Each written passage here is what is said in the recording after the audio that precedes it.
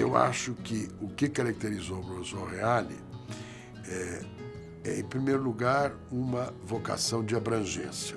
E a segunda, uma inquietação intelectual permanente, que fez com que ele fosse sempre, até o final da vida, um homem de leituras e de interesses. O meu pai não só era parecerista, mas tinha efetiva atuação profissional em casos contenciosos. Ele era um advogado de corpo e alma.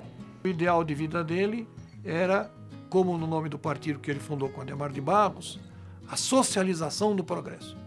O progresso tem que haver, mas não para poucos. Tem que ser socializado. O maior número possível de pessoas devem aproveitar. Ele deixou uma grande mensagem de dignidade, de seriedade, de trabalho.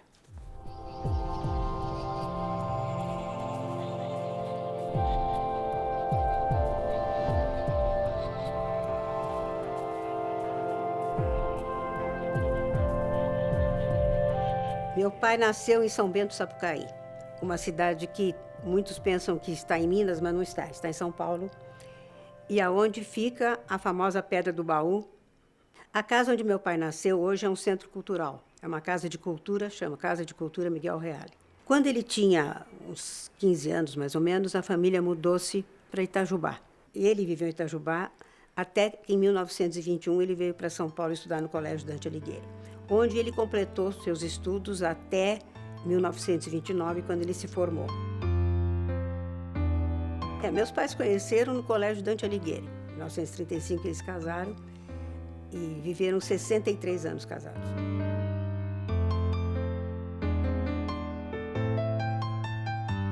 Desde que eu me conheço por gente, meu tio Miguel, irmão da minha mãe, me foi apresentado como modelo em tudo. Primeiro porque ele era o único tio que eu tenho por parte de mãe, já que os outros faleceram pequenos. Então ele era, por assim dizer, o grande polo de atração na família. É interessante porque meu pai tinha assim uma formação híbrida, né? Enquanto ele era um menino de interior, criado em Itajubá, nadando no rio Sapucaí, ele também tinha dentro de casa uma cultura muito intensa, porque meu avô, como bom homem do fim do século, né? Ele era um homem preparadíssimo, mas meu pai tinha uma grande vinculação com a terra. Talvez pela infância, né? Pelas fazendas e pela formação no interior.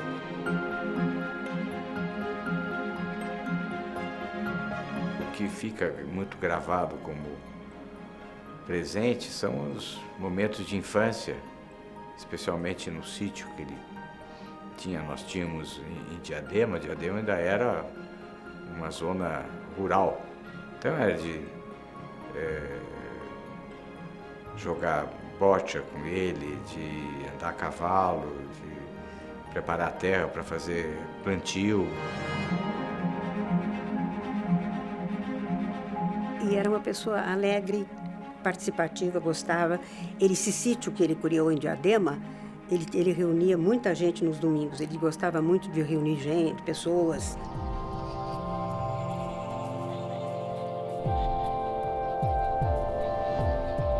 Meu pai chegou a pensar em fazer medicina.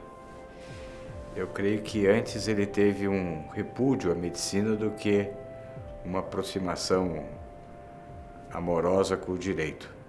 Ele foi a um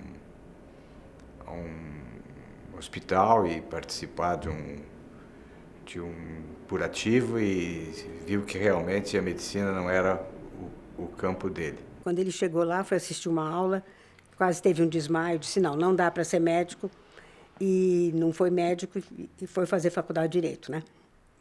Quer dizer, não dava para medicina porque ia desmaiar diante de uma aula de anatomia. E o direito naquele momento, em 1930, era, sem dúvida nenhuma, a área de humanas que atraía toda a juventude, porque era, ao mesmo tempo, um estudo de humanidades e um estudo voltado para a realização profissional.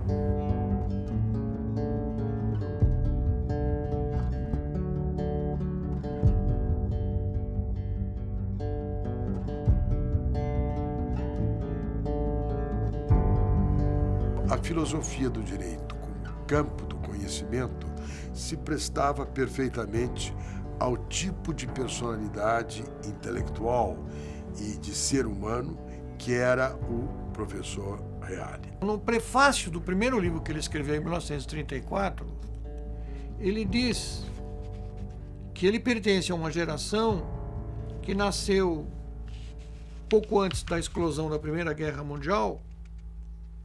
Depois ele percebeu toda a instabilidade, né, que reinava no mundo, e ele vivenciou toda essa grande transformação, de modo que ele depois, como ele mesmo escreve aqui, depois da agitação febril e estéril, veio o período da renúncia, da indiferença e doentio.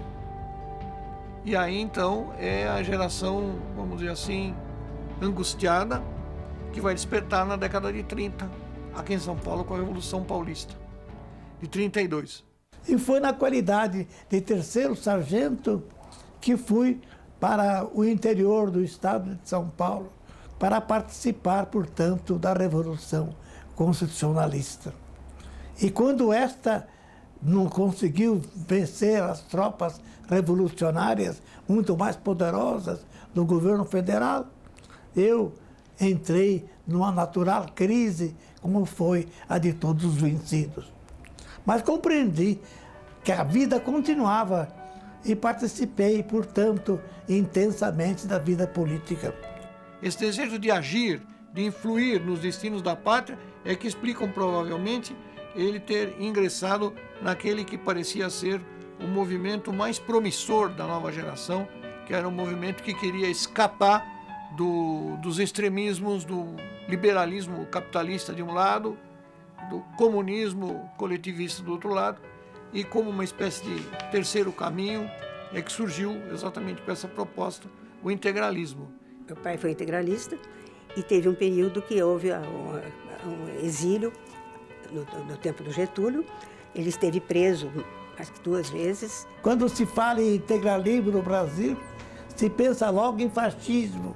Na realidade, o que nós éramos eram nacionalistas de formação política visando a instauração de uma nova política no país que não se contentasse apenas com o problema do voto, mas levasse em consideração, ao lado da democracia, os problemas sociais fundamentais da população. Quando volta à democracia, ele acaba fundando um partido chamado Popular Sindicalista, que, unindo-se com o Partido Progressista do então médico Adhemar de Barros, criou o Partido Social Progressista. O manifesto desse partido foi feito pelo meu pai. E a base desse partido é uma coisa super atual, pela socialização do progresso. A educação desenvolvida para todos, a saúde desenvolvida para todo mundo, quer dizer, era um partido que pretendia, pelo menos no manifesto, a socialização do progresso, quer dizer, é absolutamente atual.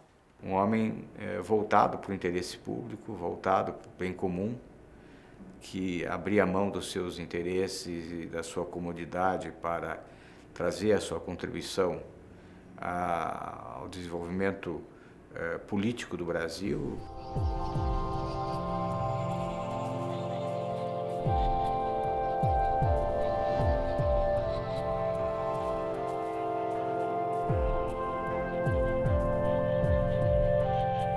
O professor Reale, como professor, era um notável professor.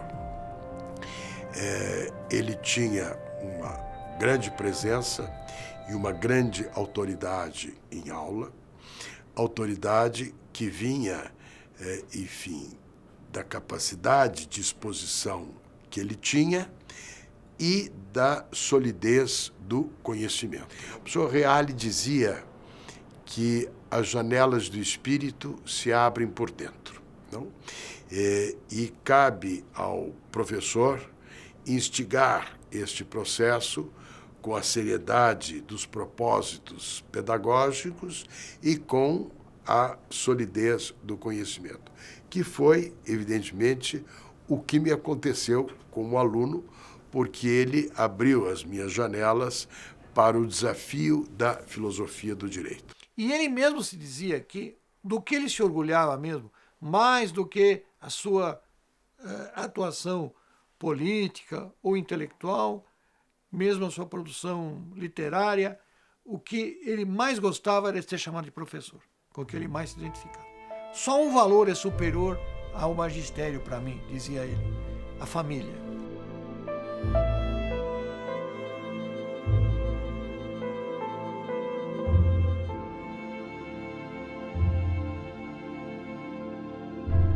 Bem, ele foi reitor da USP em 2 momentos. O primeiro reitorado foi bastante breve, porque houve crise política com o governador.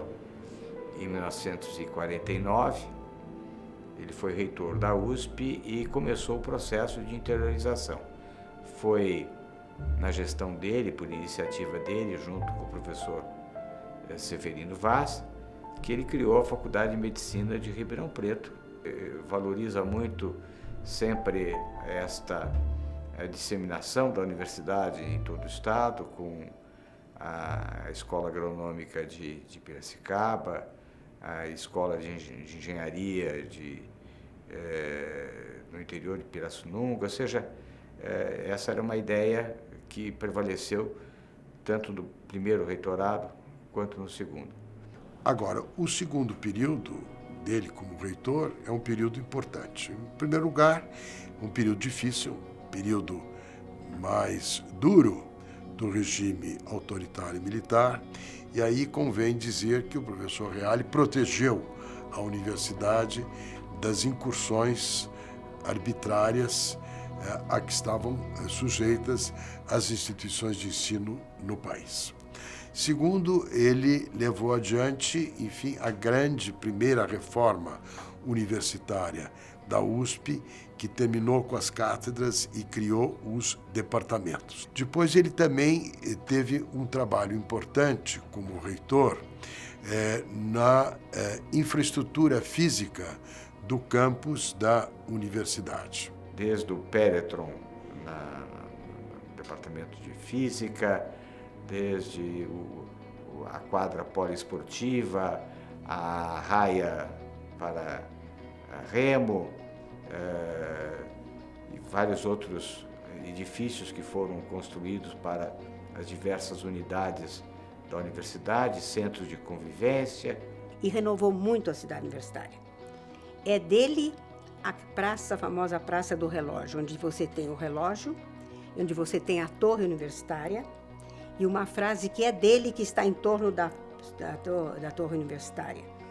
No universo da cultura, o centro está em toda parte.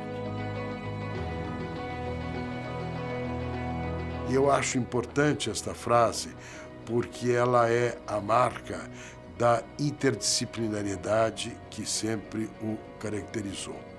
É a marca de alguém aberto a todos os campos do conhecimento, que foi o que ele imprimiu como reitor da USP, com uma indiscutível liderança universitária.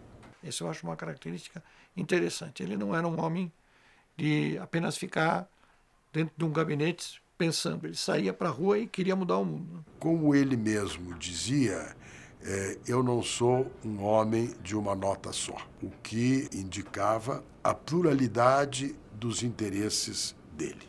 Pluralidade importante, porque é uma marca da obra dele o ter tratado e bem de muitos assuntos.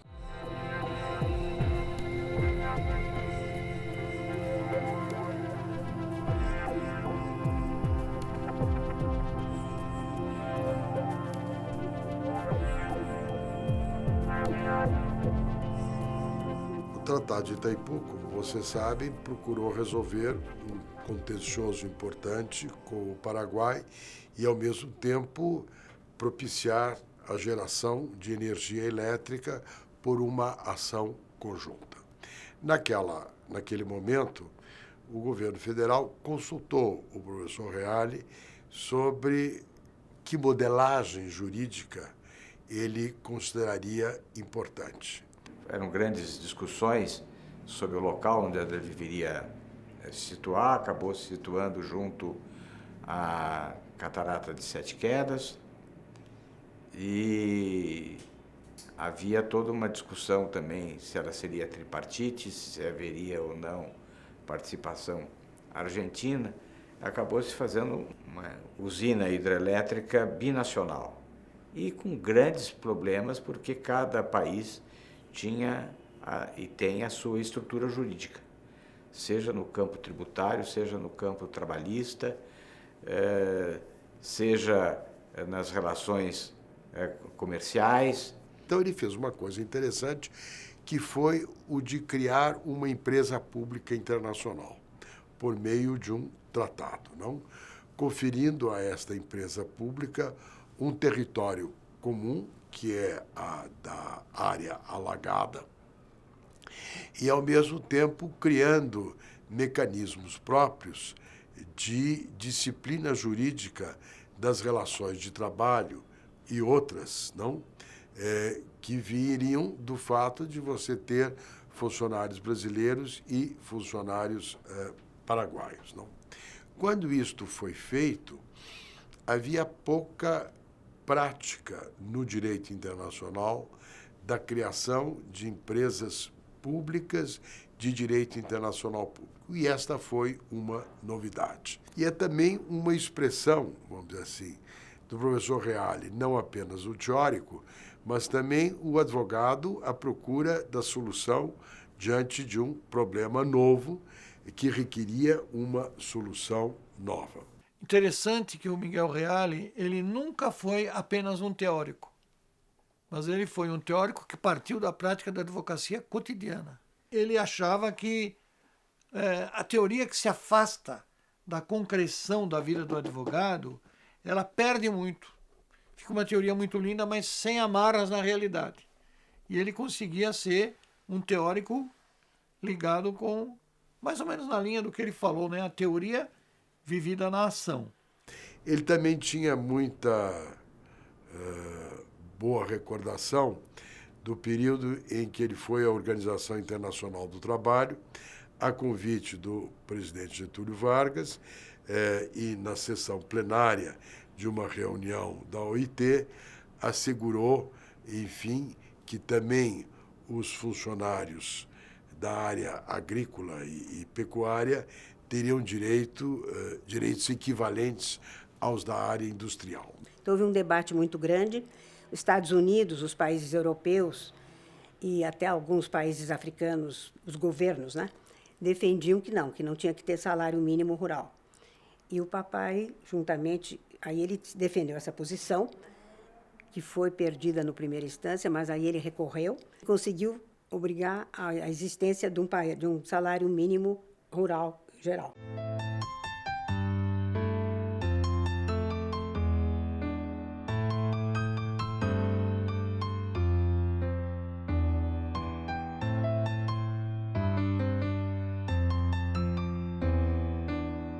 O Reale integrou, participou tanto da Academia Brasileira de Letras quanto da Academia Paulista de Letras. E ele gostava do convívio acadêmico, não gostava dos encontros, gostava da conversa, e também sempre assumiu como uma parte da responsabilidade dele de acadêmico de participar das atividades, de dar as opiniões e os pareceres quando isso lhe era solicitado. Ele era, sem dúvida nenhuma, um homem de uma vasta cultura geral, cultura clássica, conhecia muito bem latim, então ele tinha uma produção literária muito intensa, muito grande. O professor Reale, em 1940, publicou 2 livros muito importantes, que são os livros do início da maturidade dele.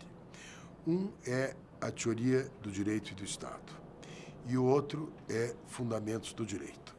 Fundamentos do Direito é uma antecipação do que ele mais adiante elaborou, que é a teoria tridimensional do direito.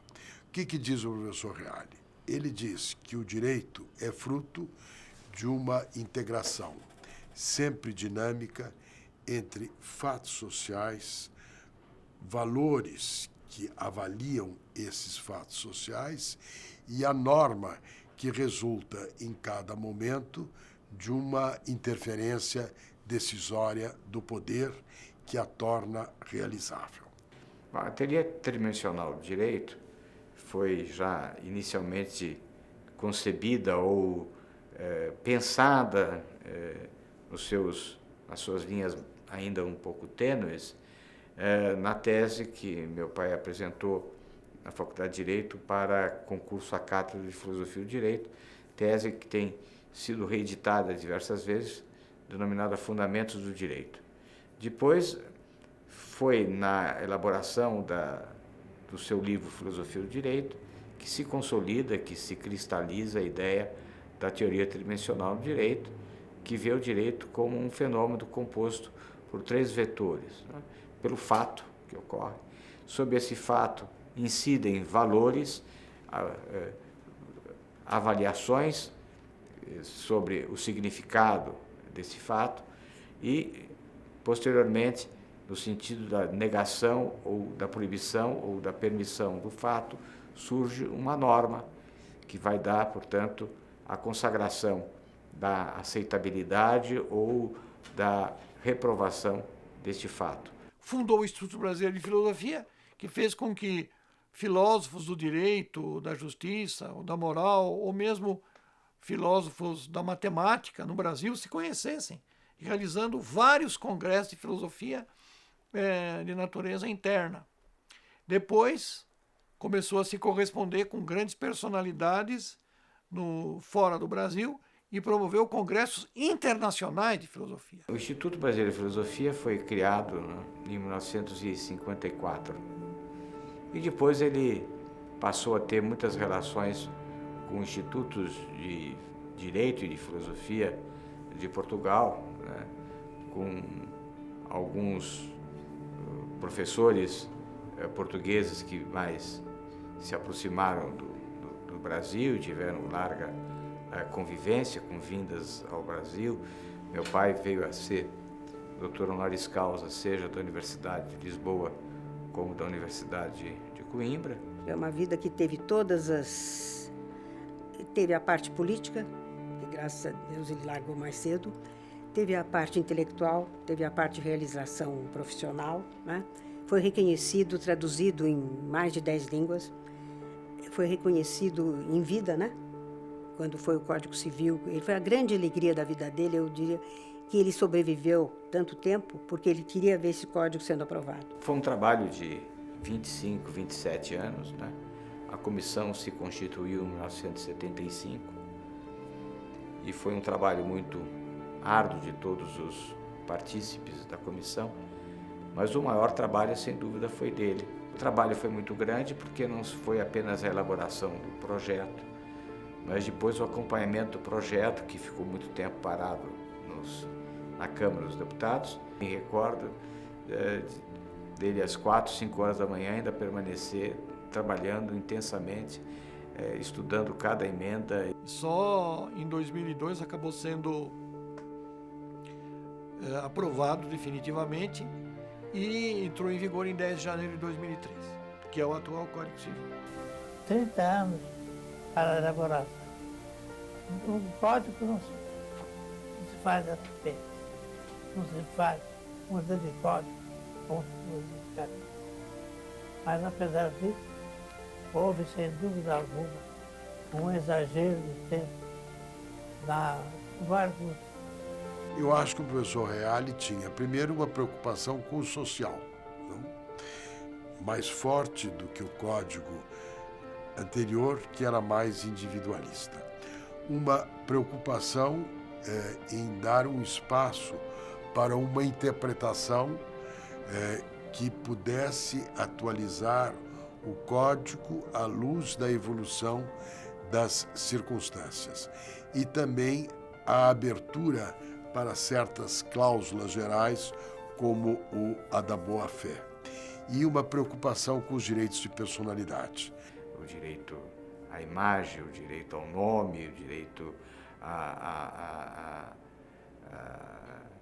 preservação da intimidade, além de algumas especificações mais atuais, por exemplo, como a criação da estrutura do negócio jurídico, da análise no campo da família, também por influência aí de um dos membros da comissão, que era o professor Clóvis do Couto e Silva, de direito pessoal de família e direito patrimonial de família. Sobretudo na parte final da vida que eu pude acompanhar, o professor Reale foi um grande parecerista, não?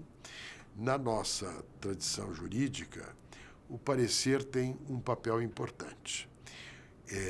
Ele não é uma obra de doutrina, mas ele tem muita doutrina. E ele tem um sentido prático, porque é um parar para pensar, para ver como eu encaminho um determinado problema.